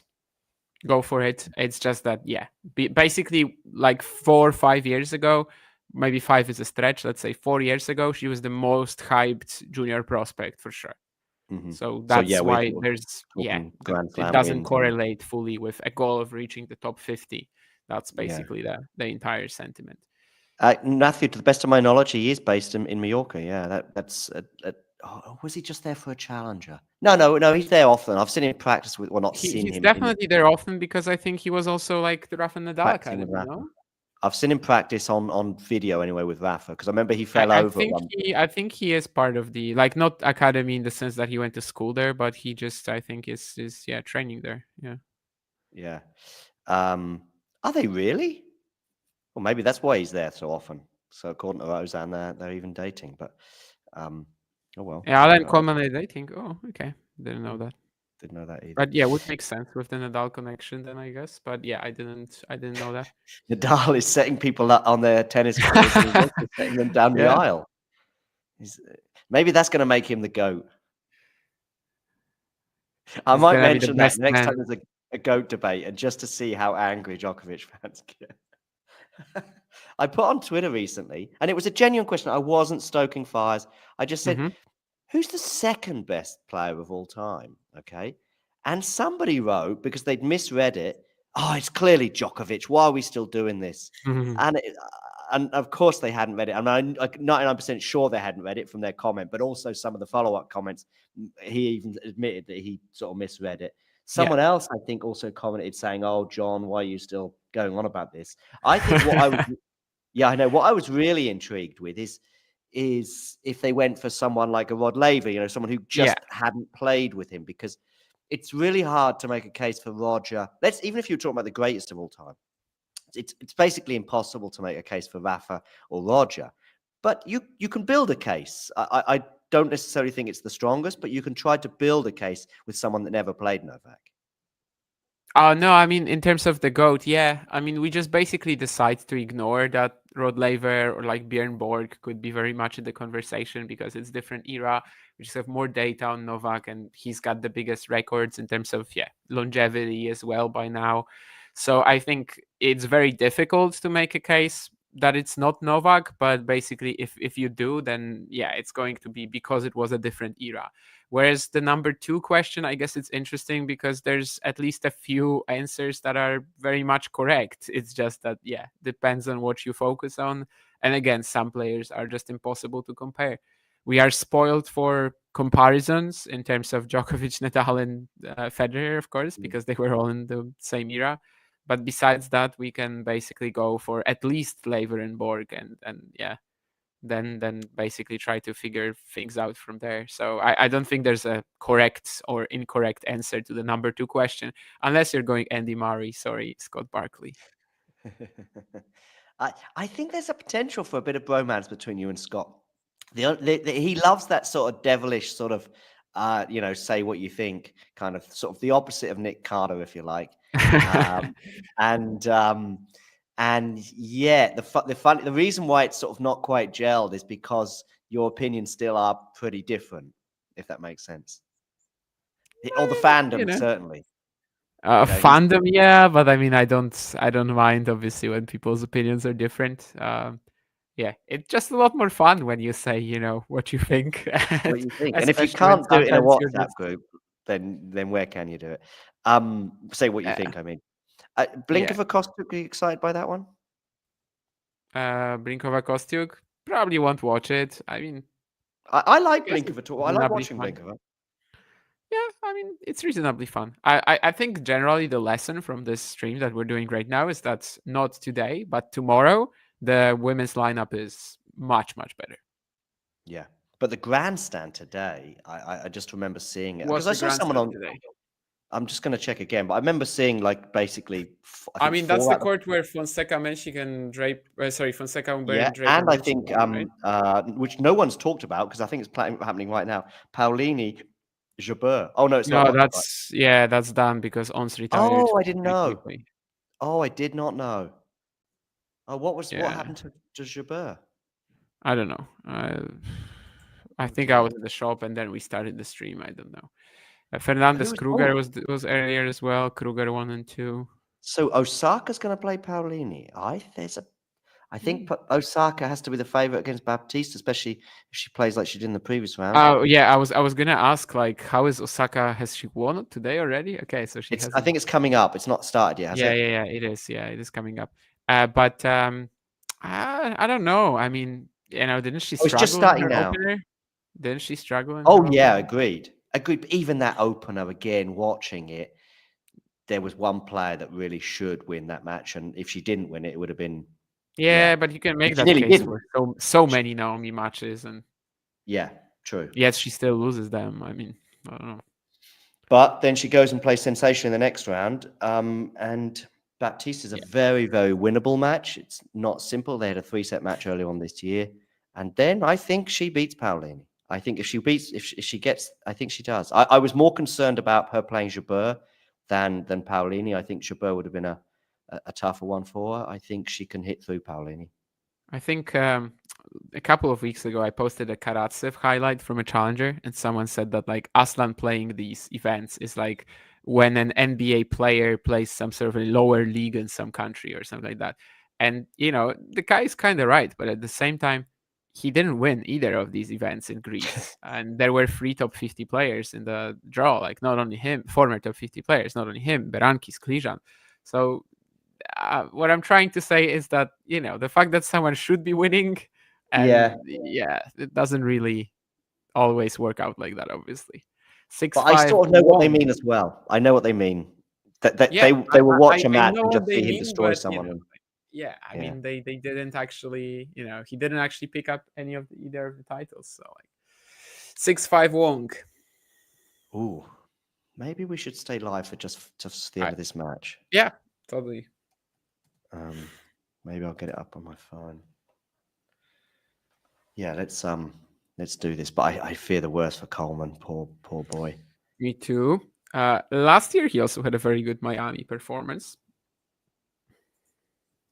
He won one match in Miami last year, I think, right? He made it through the qualifying, and then he lost in the opening round, I believe. But he got a very good win over Nagal and got some very good wins over Nagal and Gaston in the qualifying, and then came close to Jere in the opening round. It was like tied 2 sets. But that's probably actually like one of his best events over the course of the last year for sure. He's been rough. I mean, Coleman, the fact that he still wasn't won the challenger title, that's a little sad. I mean, he's like 0-4 in the finals, but recently he's not even coming close to making finals. Like recently he's just been extremely rough. Yeah, Coleman, you mean? Yeah. Yeah. I need to find this now. This year, he still hasn't won 2 matches at one event this year, for example. What stadium is this? Court 1, it says Court 1. Well, yeah, Court 1, yeah. I got it, because I have to find it on my phone. Yeah, I was going to say that Buchholz thing again, but that's actually Osaka. They showed it on the scoreboard while there was a changeover, and that's why I got confused. But yeah, it is Court 1, actually. Yeah, I got it. There you go. Give a bit of atmosphere. If there's no commentary, I'll leave the atmosphere on. But you'll hear that I'm a point or two behind you. Shelton's about to serve. I think my phone might be a bit closer to you than my TV, weirdly enough. Possibly. I just saw the first point like 5-10 seconds ago. I'm about to see Shelton serve into the body. Okay. Oh, lovely return. Coleman with a fist pump there as well. Maybe the fact that he's got this close is still giving him some belief. Shelton, yeah, the body serve that Ben likes to. I mean, it wasn't that fast, that one, by his standards, but it's a good first serve. Oh, what are you doing there, Ben? Tactically, you've gone the wrong way. And then you've gone and hit an unforced error out. And I don't know what Coleman. Look at that opposite. He wasn't like that in the canteen. Yeah, I was laughing about it when I saw it. It wasn't like, this is my place and this is where I'm sitting and I'll have the steak. That's actually pretty rare for him. This reaction, it's the first time I've seen it from him. Good catch, Ben. Double fault incoming. Let's see. Body serve again, and my screen is frozen, so I don't know. I'm watching a frozen screen with Coleman looking a bit awkward as he tries to hit this return. But you know what happens. For some reason, my stream is frozen. Yeah. I mean, I don't know if I should tell you then, but he did win the point. Yeah, there was another like a body serve, but I think Coleman just missed the return. Oh, okay. That's where it's frozen for me. Ooh, but next point is insane. Shelton hits an inside-out forehand winner. Actually, very difficult. So it's fairly all now. But still in trouble with 30 all, but... Yeah, but, he's... But yeah, I love 30 to 30 all is much better. I bet my stream's not going to come back now. There's too much internet going on at the same time.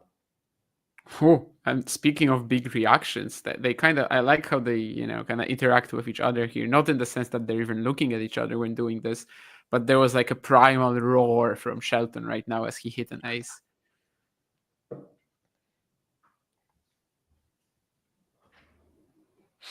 Oh, it was an ace, okay. Yeah, and oh no, not another. I thought it was another. I'm watching on mute, but I imagine the atmosphere might be pretty insane. And you got it back up now, right?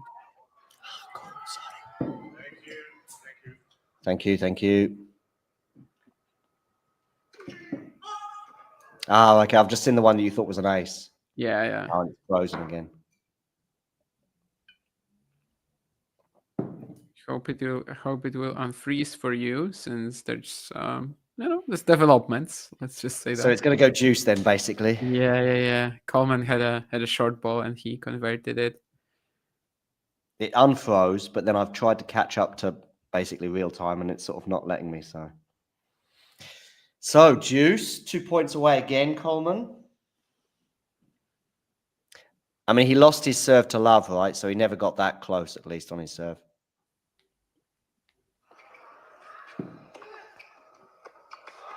Yeah.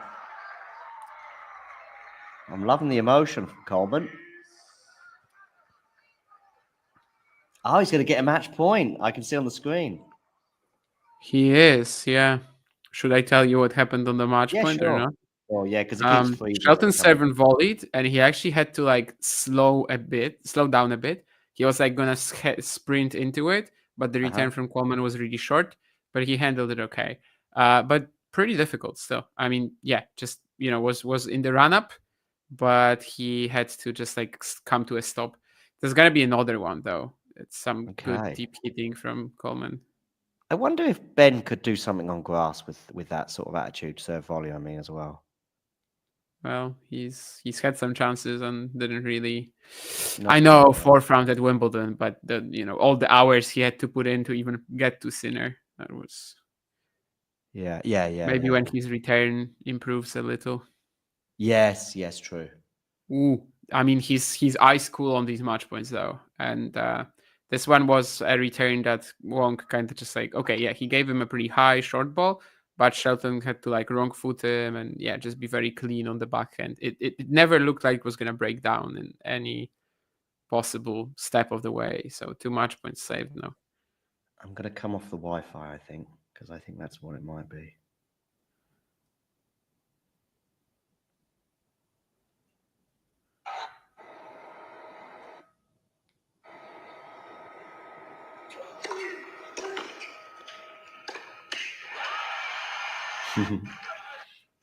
I mean, the crowd are obviously.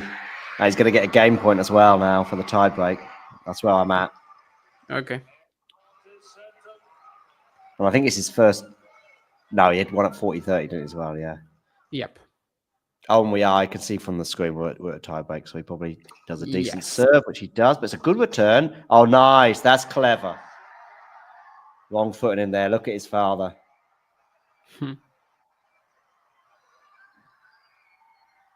I rarely see him give interviews, actually, his father, but I think he'd be a good one. He gave me a thumbs up once in Mallorca last year.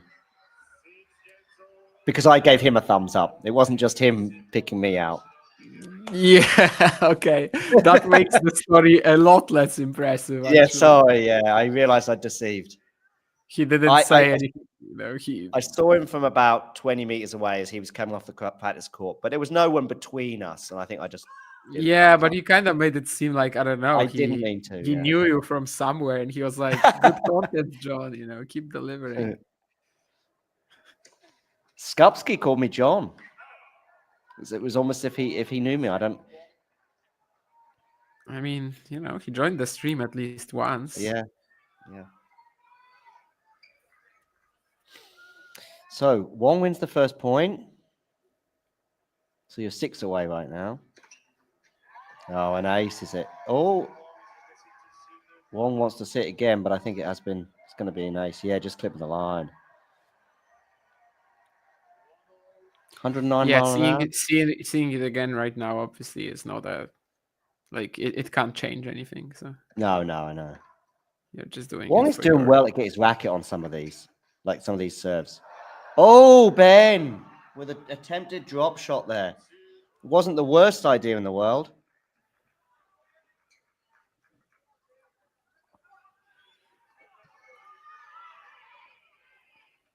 I saw a Man United shirt in the crowd yesterday.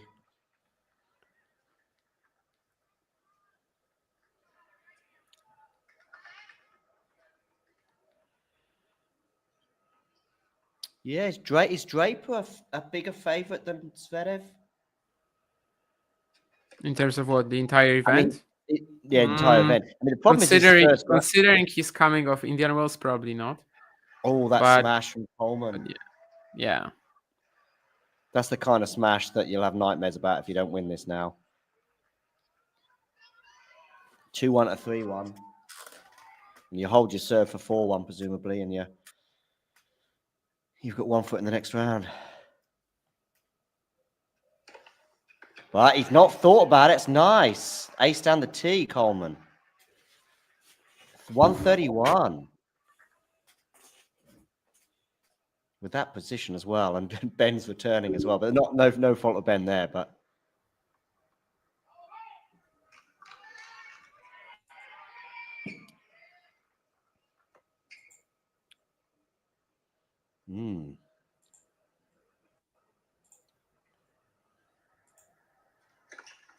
Body serve again. But he's doing well to get his racket on it, but Ben's still going to put that away.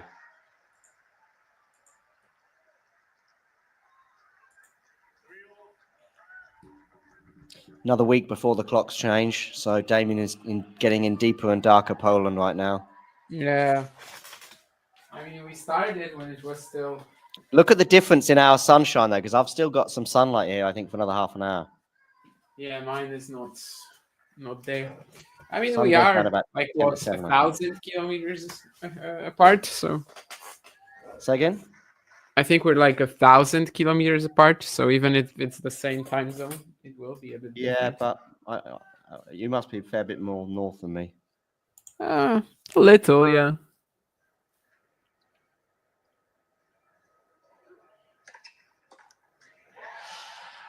Well, the service functioning pretty well for Ben in this tie break, even if he was a mini breakdown at one point. 4-3. Oh, poor Coleman. And I like Ben. But well, Ben doesn't follow us on Instagram. Ben's off the court personality is pretty similar to his on court personality, the sort of confidence. Good return there from Ben. I don't say that very often. Oh, Coleman going down the middle of the court here. Ben picking up the pace. Oh, Coleman! Lovely forehand there. Rafa will be loving this. I don't think Rafa ever played Ben. Nor Coleman, but he did in practice. It's a good forehand winner. Tell you what, it showed some fortitude today.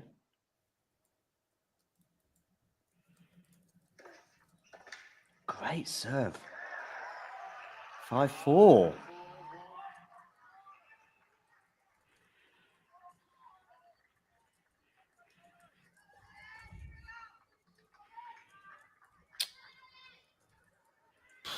My money's still on Ben, but it's marginal because Coleman has a setback, but then he just knuckles down and hits a forehand winner and a big serve. Yeah, my money was very much on Ben at like 4-3, but at 4-5, yeah, right. Not quite that easy, yeah. That forehand was a little tentative from Ben. He's going to have to hit another two jumping, flying smashes there that he... Yeah, once he gets to it, though, I guess he's winning that point. But anyway, 5-all. He's such an athlete. Reminds me of me, Damien, in my youth. Oh, wow. So 2 years ago? Yeah, probably just before we met.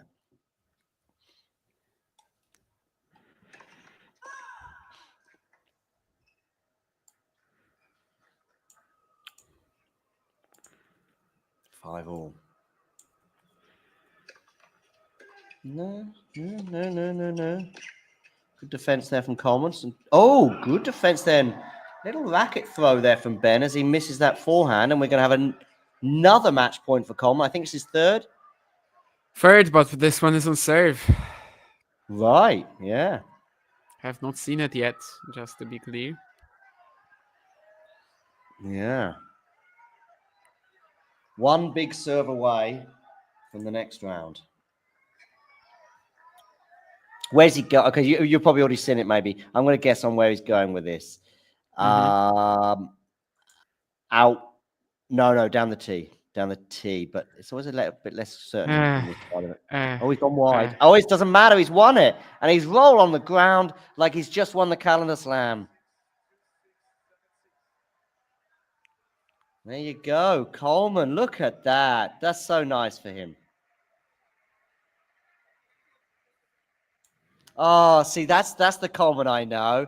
He just went, oh, thank you, Ben. Thank you, Ben. Oh, he's so sweet. And look at that emotion.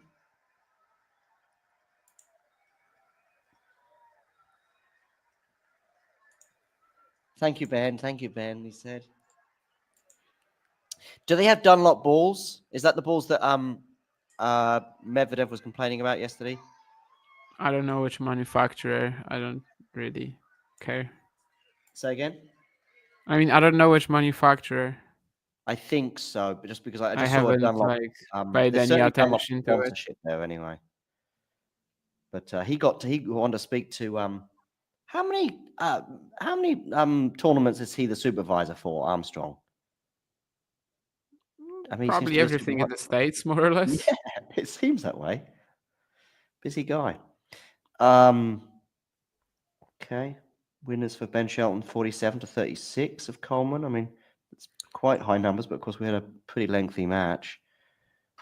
Tough question, Ozan. I don't know. I don't think it matters that much to me. If it meant access to a free court, then tennis player. If there's no difference, I don't know. I mean, either way, we'd get some good practice in, so that's nice. And probably a good rivalry as well, if she was as competitive as I am.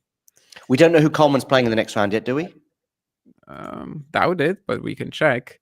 I mean, great win for Coleman, but Shelton, wow. I mean, quite a disaster for him too. Yeah. Oh, yeah. Okay, we know it's Walton against Wong. No, it's gonna be the luckiest run of all time for Adam Walton, isn't it? I mean, he's not gonna. Is he the favorite against Coleman? Probably. I mean, the thing about Walton is like he takes your, I don't know, he takes your joy for tennis away when you play him. Have you seen them play? I mean, Wong I know you've and never seen Walton? Wong in the flesh, but I mean, like on TV or whatever. I don't think they've played, but maybe I'm wrong. It could have happened in like the Asian swing of last year, but they've played in Nonthaburi. Where's that? Oh, Nonthaburi, yeah. Actually, didn't Coleman win that? Coleman won it, yeah. Coleman Huh. won it. Okay. Yeah. Okay. So they've had one match, and Coleman won it in straight sets. I have no idea about the conditions in Nonthaburi. Reasonably quick outdoor hard. Very humid because it's like close to the. I mean, the quicker conditions, which of course Miami is certainly compared to Indian Wells, that would sort of favour Coleman a bit more than Walton. And then, by the way, just so you know, a potential round 4, so that'll be round 3, Walton Wong. One of those is going to be in the 4th round. Would be Tarante, Shapovalov, Sonego, or Fritz. Yeah, I mean Shapo or Fritz. Yeah, I mean, all 4 of those would be somewhere between marginal and warm favourite, but there are worse 4th rounds. No, Shapo or Fritz? Are there really? I mean, Shapo or Fritz would be a warm. Yeah, it's a tough one, but it's not Zverev or Alcaraz. Nonthaburi is in Thailand, Nurlan. That's why it's so humid. It's very close to Bangkok. It's like essentially, I think the challengers are even called Bangkok Challenger or Bangkok Open, but it's technically Nonthaburi. But yeah, they've never played on the main tour before. I mean, that's not. Oh, Joao. I mean, Shapovalov. He has a negative record against Shapo. I think Shapo will be the favorite over Fritz. Okay. All right. Well, Wong. I'm going to go for Wong against Walton. Yeah, I mean, Schoolkate defeated Walton in the qualies, and Wong and Schoolkate play pretty much the same game, so maybe. Yeah. All right. On that note, I think we can bring this to a close. Oh, and Fritz and Sonego are in the tiebreak. Okay, never mind. I mean, maybe he's not even getting through that. Who knows? There's no guarantee that he's going to beat Sonego, far from it. Even though the headline for this is "What's Up with Alcaraz," I think probably 3/4 was about other topics, or maybe 2/3. Anyway, it is what it is. That is that, and everyone else enjoy the rest of the day in Miami. Are we going to have a live stream today? I've got 2 or 3 people that are saying they might be up for. Obviously, I told you about Fergus. I think I've got another, maybe Carson as well. Let me have a look. Carson says this, but it would need to be a late match today and later tomorrow. So maybe I will create a group and find out which match suits the 3 of you somehow. Yeah, maybe. Is there not? I thought you'd be excited for Draper Mensik. Sort of. Timing isn't great. There's a lot of like reasonably exciting stuff around that time. And Fonseca, you're tired of Fonseca? Kinda. Mm. I mean, after doing Draper against Fonseca last week, and after doing Fonseca against Tien, I'm kinda. Fonseca tired. Fonseca Tien and the Fonseca Tien, weirdly enough, is turning into a pretty big one. We've done a few things on their rivalry, and they have done pretty well. We'll see Anyway, if it's a rivalry. Right now, it's not really a rivalry, but yeah, I mean they're generationally similar and emerging at the same time. But I know what you mean in terms of competitiveness. But Tien had his chances the other day. Right, on that bombshell, Damien seems a bit fatigued ever since he thrashed Ayala's potential. no, it's probably ever since I ran like 16 kilometers today. That's probably You ran more. 16K. Yeah, I've kind of added to my distances. I used to run that distance fairly frequently, 1, 2, 3 times a month. But I checked just the other day because I know I haven't run more than 10K for a while. And in fact, as I look through my phone, I think it's more than 2 years since I ran more than 11K. Okay. Now I've kind of added to my distances recently. I had this wild idea to go visit an airport, like just literally see how it looks. It's not the one in Gdańsk, but the one in Gdynia, which was it was at one point supposed to be also open for just people, but now it's not. And I just ran there, and it ended up being over 20, and it was fine. So I just decided, actually, why not do more? 16K half marathon? No, a half marathon is 21.37. So it's like no, 21.1. 21.1. No. In fact, I think it's 21.11, I think. Is it 21.37? No, okay. I know why I said that. This is so funny. 21:37 is the hour when the Polish Pope died. And it's like there's so many memes with that in Poland that I basically just instantly said that. Yeah, you're right, of course, because it has to be it has to be 21.0. How many is it? I think it's 21.1 or 21.11 or 21.1. It's like 0.95 or something like that, because it has to be double that for the marathon. Yeah, it is, but isn't it? Oh, it might be. Yeah, because marathon is like what, 42.197 or something like that, and the half marathon will be 21.095. Because I mean, maybe I just see it rounded up to 42.2, but yeah. No, because so, I mean, obviously, you know the story why it's like that 0.197 for the marathon, right? Well, I know the sort of legend of the marathon in Greece and all that. Yeah. No, that's not what I mean. Actually, the original marathon in Greece, it only had like 27 kilometers. These days, that's what they are assuming. But at first, even in Athens in 1896, it was 42 kilometers on the dot. However, when the Olympics were in London, the Queen wanted, or the King, I'm not even sure who was at the time. I think it wasn't Victoria anymore. So the King, anyway, the royal family wanted to watch the finish of the marathon from their palace. So they extended the marathon by like almost 200 meters. And that's why right now it's that. And yeah, it's 5K short, as you said, Ozan. More or less. That's what people come here for. That sort of historical knowledge that you won't get. You don't get that on Cam Williams. The other day, someone. I know, that's why I mentioned it. I wouldn't have said it otherwise. But yeah, I saw that, yeah. Okay, so it's the other way around. But like, yeah, marathon is 0.195, and the half marathon is 0.097. Yeah. When Miami or Indian Wells or French Open or Wimbledon say, listen, you guys don't do enough tennis analysis, which I have had once from someone, and I'm like, I think we do a fair bit. Anyway, and I'll send them this clip about marathons. See if that'll twist their arm. Right. See you soon, everybody. And yeah, have a good day or evening. We will probably be back with something later on today, but watch this space. Hit the notification bell if you haven't already done so, because I think that might assist in you getting notified when we do go live. But yeah, just keep an eye on the webpage. And obviously, if you're a subscriber, sometimes you'll get notifications as well. And you're going to get reminded of all that right now. If you enjoyed this video, make sure you hit that like button. Don't forget to subscribe and click that notification bell so you don't miss out on all things tennis.